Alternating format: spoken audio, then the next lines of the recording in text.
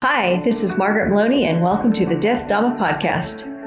In a series I used to read, occasionally one character would say to the other, "May you live in interesting times." It was understood that this was a curse, where interesting times meant chaos and difficulty.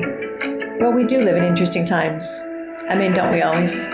So this season, together we will explore equanimity and chaos, recognizing that many aspects of life are beyond our control. Let's find a sense of balance and peace amid external chaos. Welcome. Today is our final episode describing the 10 types of equanimity. And it's our last full episode of Season 5 of the Death Dhamma podcast also. Let's take a look at equanimity of Jhāna and equanimity of purification. Okay, starting with equanimity of Jhāna, which is described as a name for equanimity, producing impartiality towards even the highest bliss.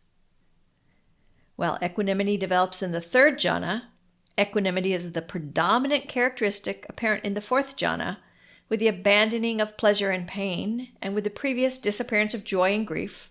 A monk enters upon and abides in the fourth jhana. Thus, the fourth jhana meditative state transcends feelings of pleasure and pain, or the emotions of joy and grief, and manifest as a completely impartial state of mind. Well, that sounds great. Perhaps it would be helpful to just step back for a minute and visit the term jhana.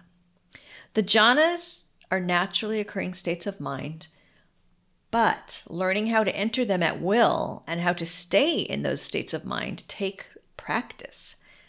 Their principal use in Buddhist meditation is to generate ever increasing levels of concentration, so that later, when the meditative mind is turned to a practice that tends towards wisdom, it can do that with so much less distraction. The word jhāna comes from Pali and means meditative absorption. So these are deep, concentrated states where your attention becomes so stable and still that distractions fade into the background. Sounds amazing, right? Although, see, when I say that sounds amazing, I want to be very careful of not clinging to that, because then I'm not practicing equanimity. All right. The breath, or whatever you're focusing on, becomes your whole field of awareness. There's no struggle, no chasing, just stillness. Right? So joy and grief can be reframed as mental pleasure and mental pain. And that brings us, to the physical and mental aspects. By abandoning pleasure and by abandoning pain, then first terminating mental pleasure and mental pain, then that's when a monk can attain and dwell in that fourth jhana, which is neither pain nor pleasure, but is that purity of mindfulness caused by equanimity. So here's a phrase: which has neither pain nor pleasure, and purity of mindfulness due to equanimity. So this is saying that, the predominant characteristics in the fourth jhana are mindfulness and equanimity. And that's why I keep bringing you to the fourth jhana. Here there is reference to the neither pain nor pleasure state. Again, the state of equanimity. When we talk about equanimity of purification, because that's what we're doing now, what we're referring to is the benefit of purification on the mind when we're in this state of equanimity. Buddhaghosa defines this as equanimity, purified of all opposition, and so consisting in uninterestedness in stilling opposition. In other words, like, we're not trying to stop anything from arising or falling. It's purified by means of the state of mindfulness, purified by equanimity.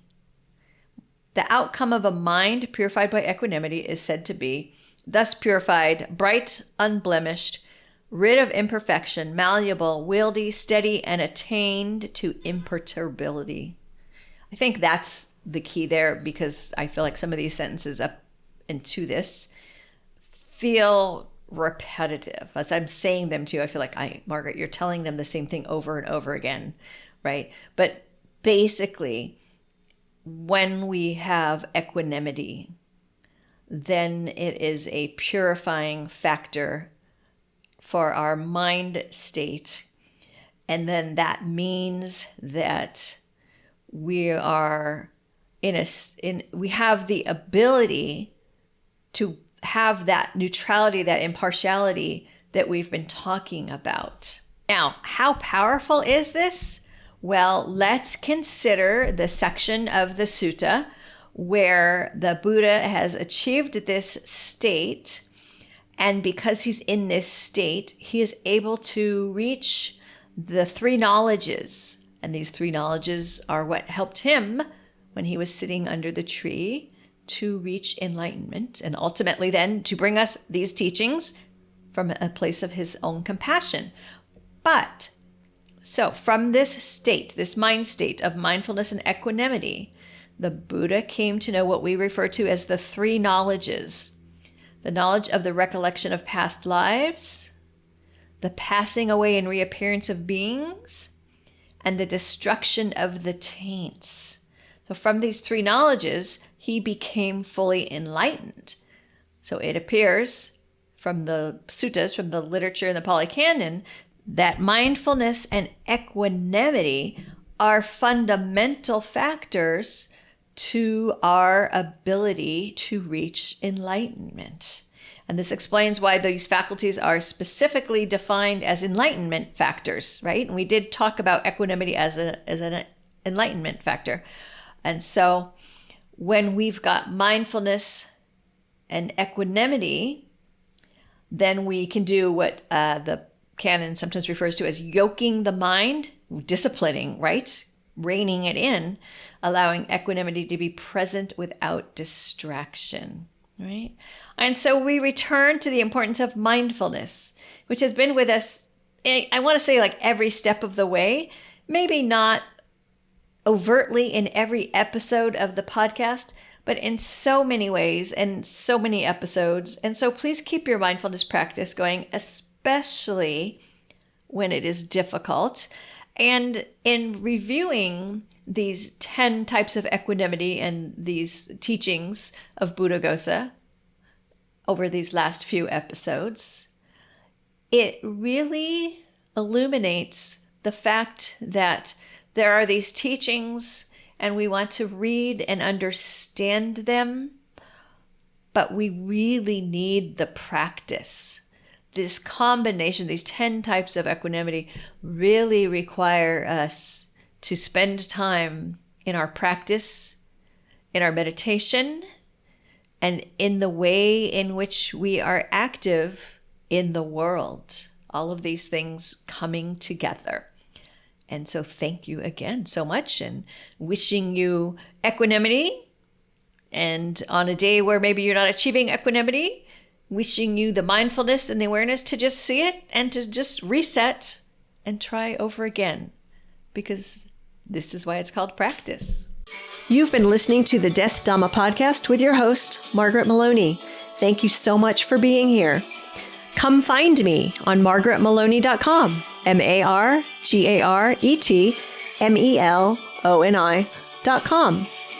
And until we meet again, may you be well, may you be happy, may you be at ease, and may you be free from suffering.